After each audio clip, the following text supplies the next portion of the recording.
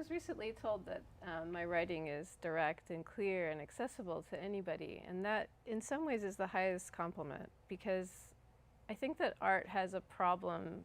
For me, the purpose of art is communication, and so is writing, but it often, coming from a background like I do, which isn't very academic or cultural, I know that art can often have a problem connecting with people outside of its kind of small sphere. And so I view my job as a writer, my goal is to communicate, to help inform, engage, explain, ideally illuminate something about the artist's background, because the question I'm trying to get at when I write ultimately and do interviews is, why do you do this? Why do you do what you do? And I think that's also the question I ask myself as a practicing artist.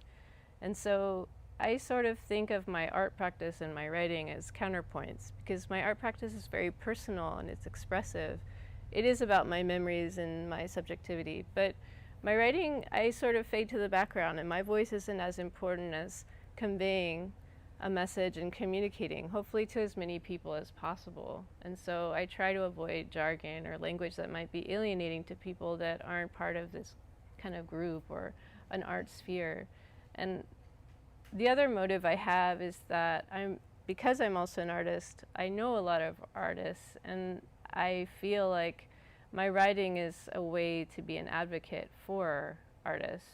I really love writing about places like Texas or the part of Spain that I now live in, because there's still sort of peripheral places where they don't get as much attention, and something like documenting someone's project in writing, giving it another life, is a way to provide a platform and hopefully widen an audience to that person. And so for me, I do it because of a commitment to other artists that I admire and want to learn more about.